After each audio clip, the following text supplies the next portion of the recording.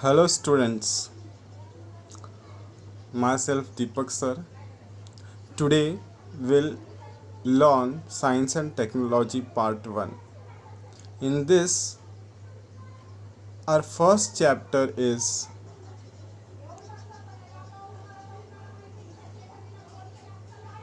gravitation. We are going to cover three topics today in this lecture.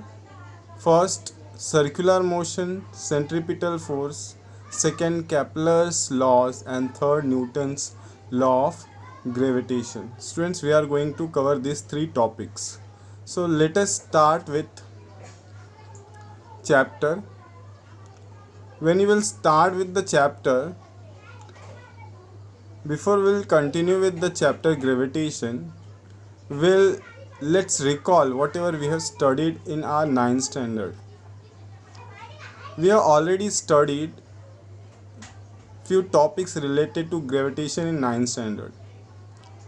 Our first question here is, what are the effects of force acting on an object? Effects of force. Students, our first question is, what is the effects of force? So here I'll explain you what are the effects of force. These are the effects of forces. A force can produce the following effects. A force can move a stationary object. Suppose one object is stationary. By applying force, we can make that object to move. A force can stop a moving object if one object is moving. For example, I am driving a bus. I have to stop the bus. I can apply force with the help of brake. And when I apply the brake, that is force, I can make the moving bus to stop. So this is second, a force can stop a moving object. A force can change the speed of moving object. Suppose one moving object, I am on a bike, I am driving a bike, I can increase or decrease the speed by applying brake or accelerator. Brake and accelerator means I am applying the force. If force is applied in the direction of motion, it is called acceleration. And if the force is applied opposite to the direction of motion, it is called brake. So this is basically a force only. Both accelerator and brake both are the force only. So by applying force, we can change the speed of a moving object. A force can change the direction of a moving object. Students, even direction of a moving object can be changed by applying force. A force can change the shape, size of an object. See, these are the effects of force which we have already learned in our 9th standard students. Now let's see which is the second question. When you will see, our second question is, what type of forces are familiar with, or you are familiar with? There are two types of forces. Here those two type of forces are contact forces and non-contact forces. On your screen you can see there are 5 contact forces are listed here, whereas 3 non-contact forces are listed here. Which are the contact forces? Applied force, the force which we apply.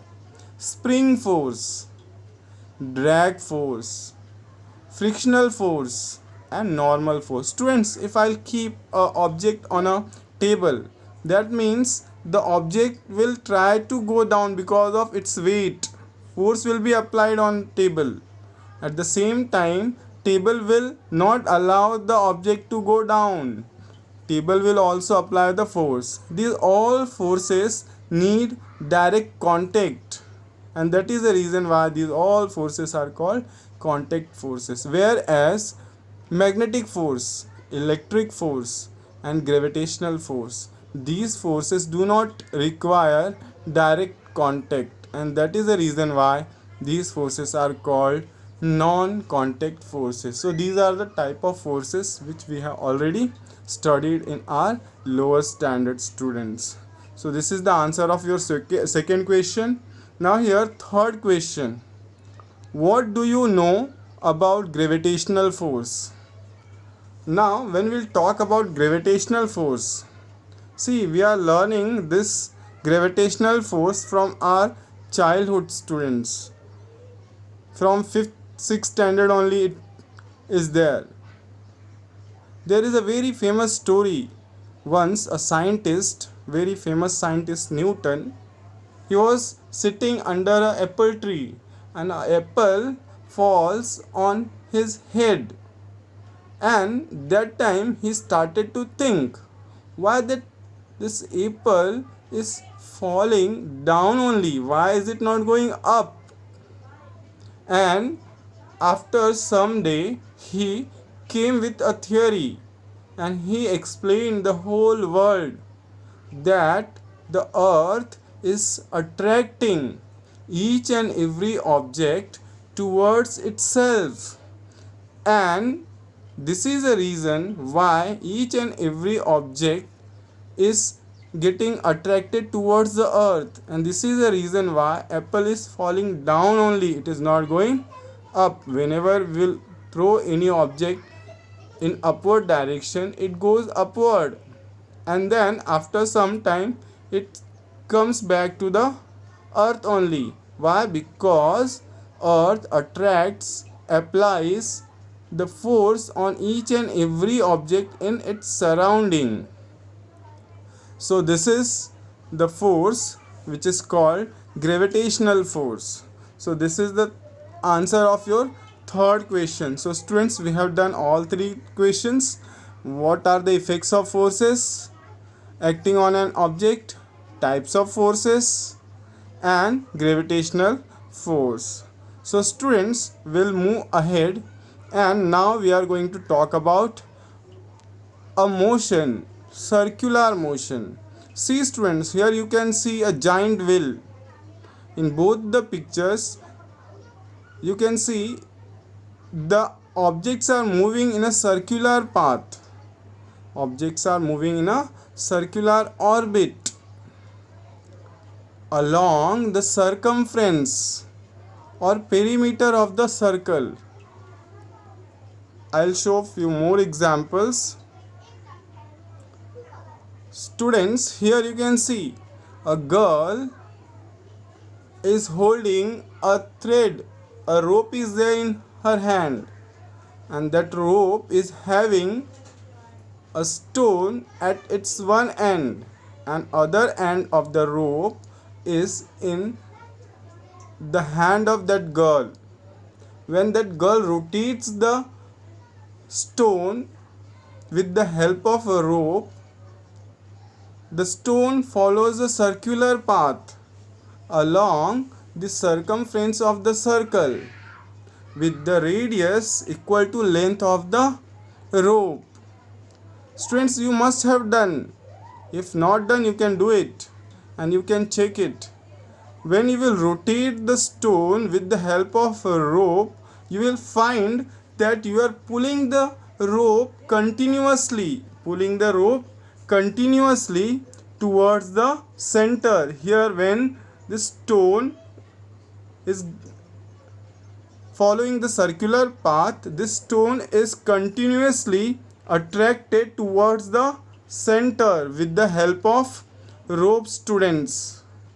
And this is the reason why this stone can follow the circular path. So students, our first topic, that is circular motion, will define circular motion as the motion of the object along the circular path is called circular motion. Motion of the object along the circular path is called circular motion.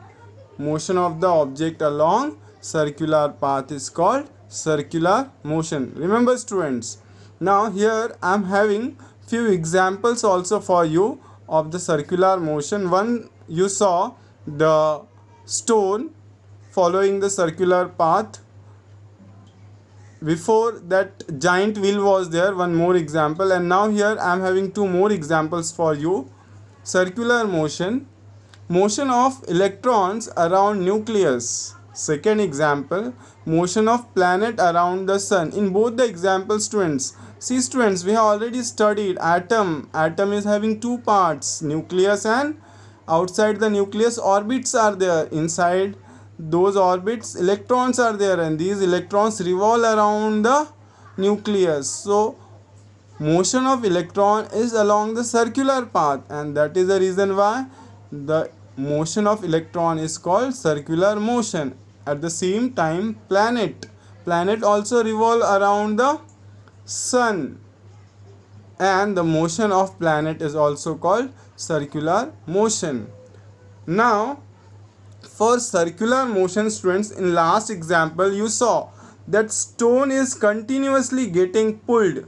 The stone is continuously getting pulled towards the center. This stone is continuously pulled towards the center with the force, and this force is called centripetal force. This force is called centripetal force. So we'll define centripetal force: the force acting on an object performing circular motion toward the center of the circle is called centripetal force. So we'll define, student, centripetal force as force towards the center of the circle for acting on the object performing the circular motion. So these two definitions, very important definitions, students. Please remember these two definitions. Let's move ahead in this. We are going to learn the next topic is Kepler's laws. Students, to learn Kepler's laws, we need to, there are three Kepler's laws. Kepler is a scientist who has given three laws, and to learn all the three laws, we need to understand one small concept which I'll explain you now, and then I'll come to Kepler's law. So students, let's move and see that small concept. Here you can see on screen an ellipse. What is the ellipse? Students, you can see a small diagram is there. Small diagram of cone is there. This cone is initially divided with a plane, horizontal plane, and second time it is divided with a inclined plane. When it is divided with horizontal plane, what we'll get is circle, but when it is divided with a inclined plane, what we'll get is a curve called ellipse. So here ellipse is shown with the blue diagram. Students, I'll repeat again. When a cone is cut with the help of horizontal plane, it is called circle. What we'll get is circle. When the cone is cut, divided with the help of inclined plane, what we'll get is called ellipse. So we'll define ellipse as an ellipse is the curve obtained when a cone is cut by an inclined plane. So you can see how the ellipse look like. You can see the blue diagram, students. Here this curve is called ellipse. This curve is called ellipse, students. Excuse me, students. Now let us continue. We'll learn first law of Kepler now with the help of this. According to Kepler, Kepler said that the orbit of a planet is an ellipse. Now you will say, what is orbit? It is a path. Orbit is a path or the way which the planet follow. So according to first law, The path of a planet or orbit of a planet is an ellipse with the sun at one of the foci. Now here one term is used here, students, foci. I'll explain you what is foci. Let's come back to the same picture. Students, when circle is there, we are getting only one center. But when ellipse is there, students, it is like a two circles, students. It is like a two circle. Each is having one foci center. Each is having one center. See, I'll repeat, students.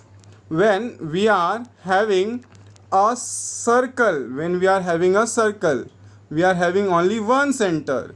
But when we are having ellipse is like a two circles,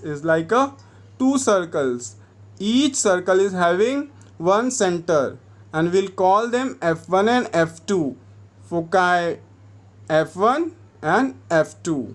So this is what is called foci. According to Kepler's first law, the orbit of planet is ellipse. Orbit of planet is ellipse with the sun at one of the two foci. So sun may be here at f1 or f2. Sun may be at f1 or f2. I'll explain you the same with the help of another diagram. Here you can see the students, orbit of a planet moving around the sun. Planet is shown here and sun is shown here with the S. So what I said to you, students, according to first law of Kepler, the orbit of a planet is an ellipse. Here you can see, students, it is like a ellipse and sun is at one of the foci. So our first definition or first law, the orbit of a planet is an ellipse with the sun at one of the foci. At the same time, Kepler's second law, the line joining the planet and sun sweeps equal area in equal interval of time. Sweeps, students. What is the meaning of sweeps? I'll explain you. Here, the line joining the sun and planet. See, students, this line joining the sun and planet. This sweeps equal area. This area is swept by this line. I'll repeat again.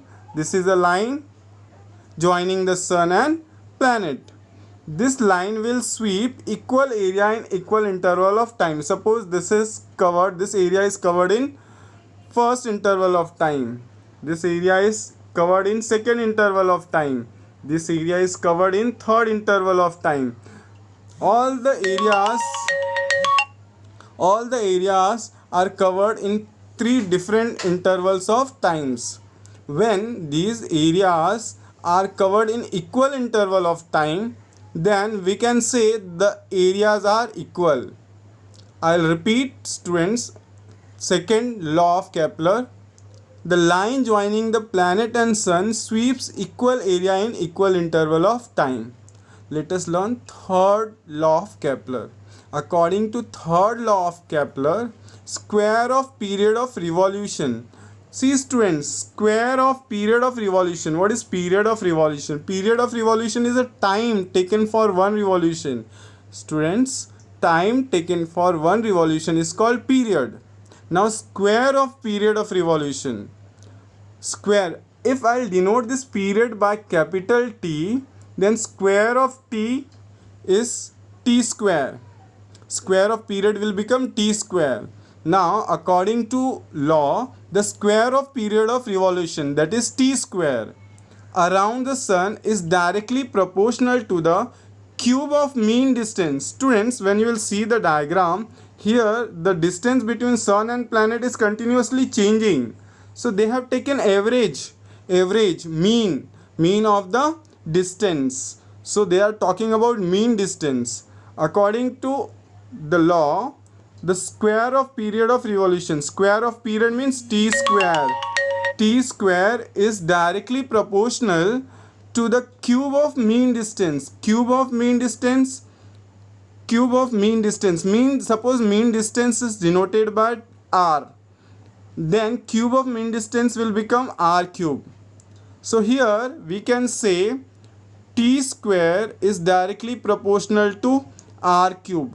T square is directly proportional to r cube, students. I'll write here t square is directly proportional to r cube. So it can be written as, students, t square is equal to k r cube, where k is the proportionality constant. To remove this proportionality, we'll have to introduce proportionality constant. Are you getting, students? Here k is the proportionality constant, so our equation will become t square upon r cube. This equation r cube, I'll change the side of r cube, students. It will come in denominator. It will come in denominator and it will become t square upon r cube is equal to k. T square upon r cube is equal to k. When you will change the side of r cube, it will come in denominator and it will become t square upon r cube is equal to k. So this is our third law of Kepler. Students, for today I'll stop here only. We'll see the next part in next lecture. Till that time, goodbye. Have a nice day, students. Thank you.